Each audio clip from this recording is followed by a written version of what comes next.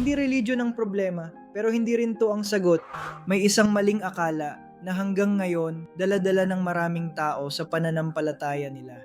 Akala nila ang religiyon ang magliligtas sa kanila, na kung magsisimba ka, kung mabait ka, kung sumunod ka sa mga rules, sapat na yon para maging okay ka na sa Diyos. Pero hayaan mong linawin natin 'to ng mabigat at tapat. Hindi religiyon ang nagliligtas sa tao, ang nagliligtas ay ang relasyon kay Kristo Jesus. Sige, pakinggan mo 'to ng mabuti. Kasi maraming tao ang abala sa ginagawa para sa Diyos, pero kulang sa kilala talaga ang Diyos. May mga taong faithful sa routine, pero hindi naman talaga close sa Kanya. May religion, pero walang relasyon. At dito nagkakaroon ng confusion. Kasi ang totoong kaligtasan, hindi nakabase sa performance mo. Hindi ito tungkol sa kung gaano ka kabait.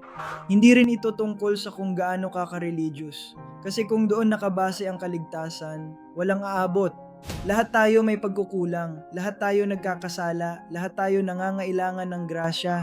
Efeso 2:8-9, sa pamamagitan ng biyaya, kayo'y naligtas sa pamamagitan ng pananampalataya, hindi sa pamamagitan ng inyong sarili, ito'y kaloob ng Diyos, hindi sa pamamagitan ng gawa.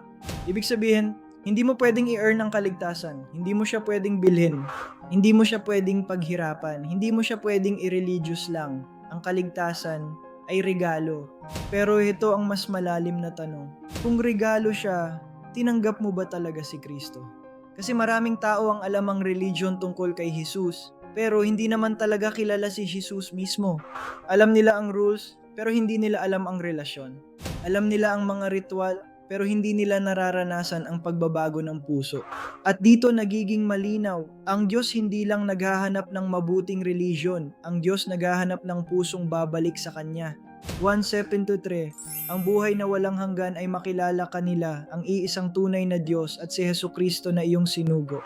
Pansinin mo, hindi sinabi na makumpleto ang relihiyon ang buhay na walang hanggan. Ang sinabi, makilala siya. Ngayon, hindi ibig sabihin nito na useless ang pagsisimba, prayer, o spiritual disciplines. Hindi. Pero yung mga bagay na yun, dapat bunga ng relasyon, hindi kapalit ng relasyon. Kasi kapag religion lang, nagiging empty, nagiging obligation, nagiging routine, nagiging performance. Pero kapag relasyon kay Kristo, nagiging buhay, nagiging transformation, nagiging tunay na pagbabago ng puso. At doon mo mararamdaman, hindi mo na sinusubukan lang maging good person, kundi binabago ka ng Diyos mula sa loob.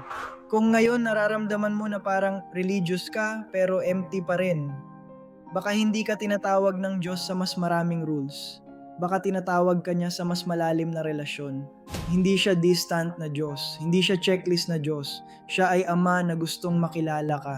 Kung gusto mong magsimula ulit, hindi mo kailangang maging perfect. Kailangan mo lang magbalik loob. Sabihin mo lang sa Kanya, Panginoong Jesus, hindi ko kayang iligtas ang sarili ko. Hindi sapat ang gawa ko. Ngayon, binubuksan ko ang puso ko sa iyo. Pumasok ka sa buhay ko at turuan mo akong makilala ka, hindi lang bilang relihiyon, kundi bilang aking Panginoon at tagapagligtas. Amen.